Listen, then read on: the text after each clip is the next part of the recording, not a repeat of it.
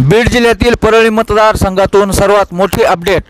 पहिल्याच फेरीमध्ये धनंजय मुंडे हे 5125 मतांनी आघाडीवर। धनंजय मुंडे हे 5125 मतांनी आघाडीवर पहिल्याच फेरीमध्ये। येथे जरांगे फॅक्टर फेल आहे का असं दिसून येतंय। राजेसाहेब देशमुख हे पिछाडीवर आहेत।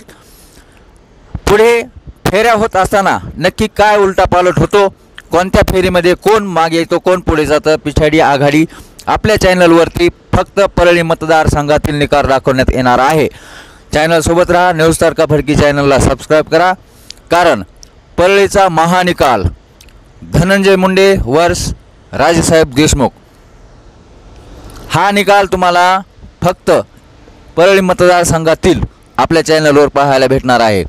धनंजय मुंडे हे 5125 मताने आघाडीवर आहेत, तर राजेसाहेब देशमुख शरद पवार गटाचे उमेदवार हे पिछाडीवर आहेत। येथे जरांगे फॅक्टर काम करतोय का हे पुढील फेऱ्यामध्ये दिसून येईल।